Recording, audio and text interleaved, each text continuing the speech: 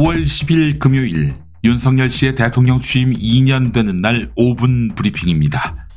취임 2주년 기자회견에서 윤석열 대통령은 야당 주도로 국회 본회의를 통과한 최상병 특검법과 부인 김건희 씨 특검법의 거부 입장을 재확인했습니다. 국정기조 전환 요구에는 고칠 것은 고치겠다라면서도 기존의 일관성 유지에 방점을 찍었습니다.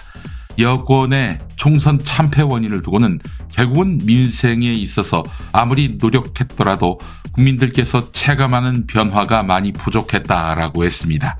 잘했는데 국민이 몰라줬다라는 인식입니다. 기대를 갖고 보았던 국민에게 허탈감만 더했습니다.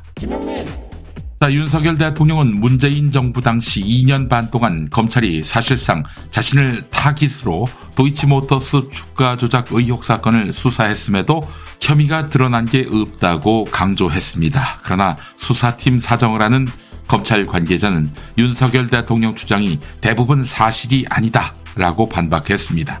검찰총장으로 재임하고 있어 내부에서 윗선 눈치도 봐야 돼 사건 진행이 굉장히 힘들었던 것으로 안다라면서 대통령 선거도 임박한 상황이라 본격적으로 수사에 들어가지 못했다라고 말했습니다.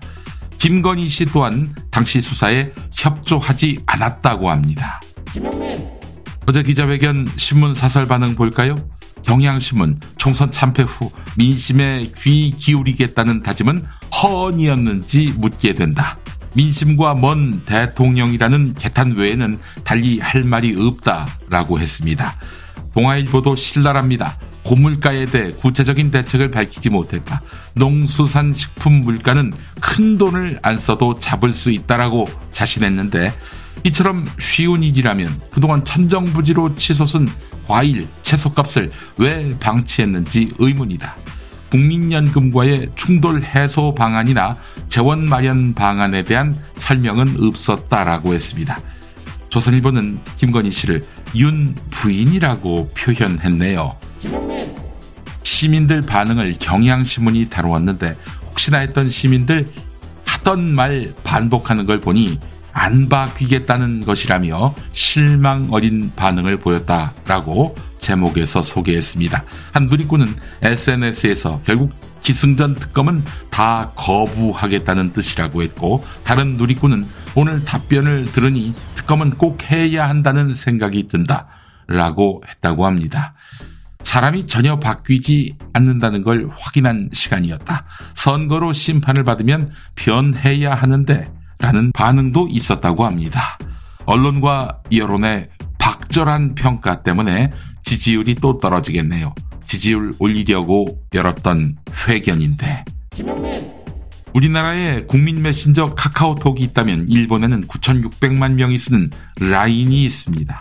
우리 기업 네이버에 자금과 기술력이 들어간 라인인데요. 일본이 탈취하는 흐름입니다. 공정과 정의를 위한 IT 시민연대는 이번 사태를 묵과한다면 향후 한국 기업이 서비스하는 모든 국가에서 동일한 요구에 직면할 수 있다. 이렇게 염려했습니다.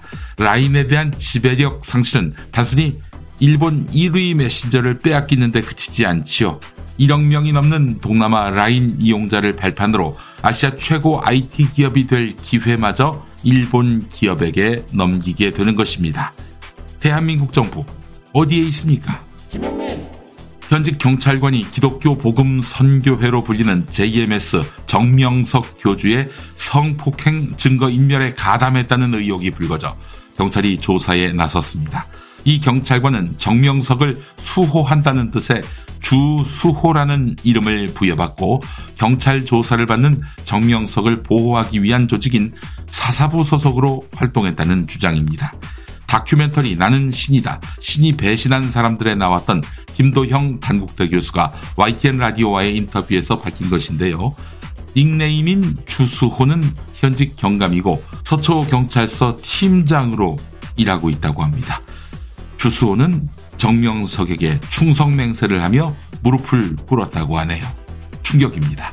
5분 브리핑이었습니다.